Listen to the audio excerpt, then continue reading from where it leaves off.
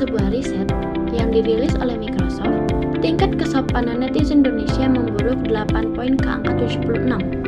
Ini menunjukkan pendidikan Indonesia sedang gawat darurat, karena di tangan pendidikanlah terdapat gambaran masa depan bangsa, nasib bangsa, dan kualitas sumber daya manusia itu sendiri.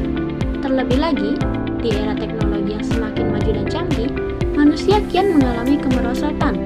Menurut UNESCO, pada 2016, minat baca Indonesia hanya 0,001. Peringkat Indonesia ini bahkan hanya nomor 2 dari bawah, yakni 60 dari 61 setingkat di atas Botswana. Pada tahun 2012, skor PISA Indonesia berada di peringkat 64 dari 65 negara, dengan nilai hanya 382. Mayoritas siswa hanya mencapai level 1 dan 2 dari 6 level, menunjukkan rendahnya kemampuan berpikir kritis. Tahun 2018, skor membaca bahkan menurun, menandakan pembelajaran yang kurang efektif.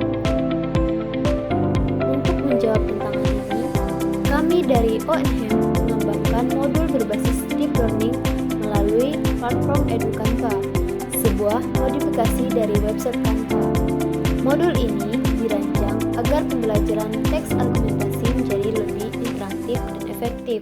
Website EduCanva atau website berbasis Canva yang kami rancang sedemikian rupa supaya menjadi media pembelajaran yang dapat dimanfaatkan dalam pembelajaran secara daring maupun luring di dalam kelas.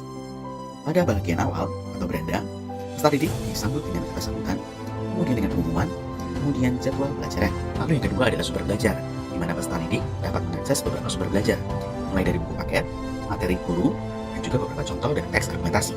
Selanjutnya adalah LKPD, di mana peserta didik dapat mengakses penilaian awal, LKPD, hingga penilaian teman sejawat, guna melihat kemampuan awal, progres, dan akhir dari perkembangan peserta didik.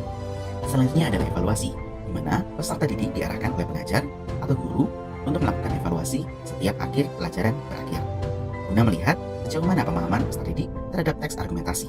Selanjutnya adalah permainan, di mana peserta didik dapat mengakses beberapa kuis yang sudah disesuaikan dengan beberapa tingkatan, mulai dari mudah, sedang, hingga sulit. Terdapat juga laman Padlet untuk berlatih peserta didik dalam menyampaikan argumentasinya. Yang terakhir adalah literasi, di mana peserta didik dapat mengakses halaman literasi untuk melakukan kegiatan literasi, di mana pada halaman ini akan dikaitkan dengan beberapa bacaan, baik buku paket, buku cerita bergambar, maupun novel.